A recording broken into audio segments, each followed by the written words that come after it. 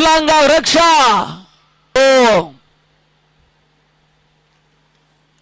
ಬಹಳ ಶೂತಮರದ ಹೊಡೆತವನ್ನು ದಾಖಲಿಸಿದ್ರು. ಒಂದು ಓಟಗಳ ಸೇರ್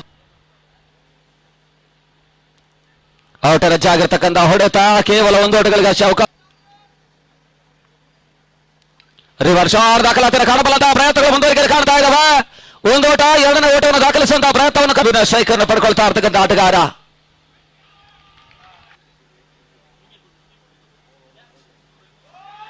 ಈ ತರ್ಮದೆ ಕ್ಲೀನ್ ಬೌಲ್ ರೂಪದಲ್ಲಿ ನವೀನ ಹೋದರೆ ಆಘಾತವನ್ನು ಕಂಡುಕೊಂಡ್ರು. ಹೋದರಿಯನ್ನು ಬಿಟ್ಟುಕೊಂಡು ಬಹುತೇಕ ಲಾಂಗ್ ಲೆಗ್ ಮಾಡಿದ ಹೊಡೆತವನ್ನು ದಾಖಲಿಸುವಂತಹ ಹಂತವನ್ನು ಕಂಡಂತಹ ತಂಡ ನವೀನ ಈಗ ಮತ್ತೆ ಹೋದರಿಯನ್ನು ಒಪ್ಪಿಸಿದ್ದಾರೆ.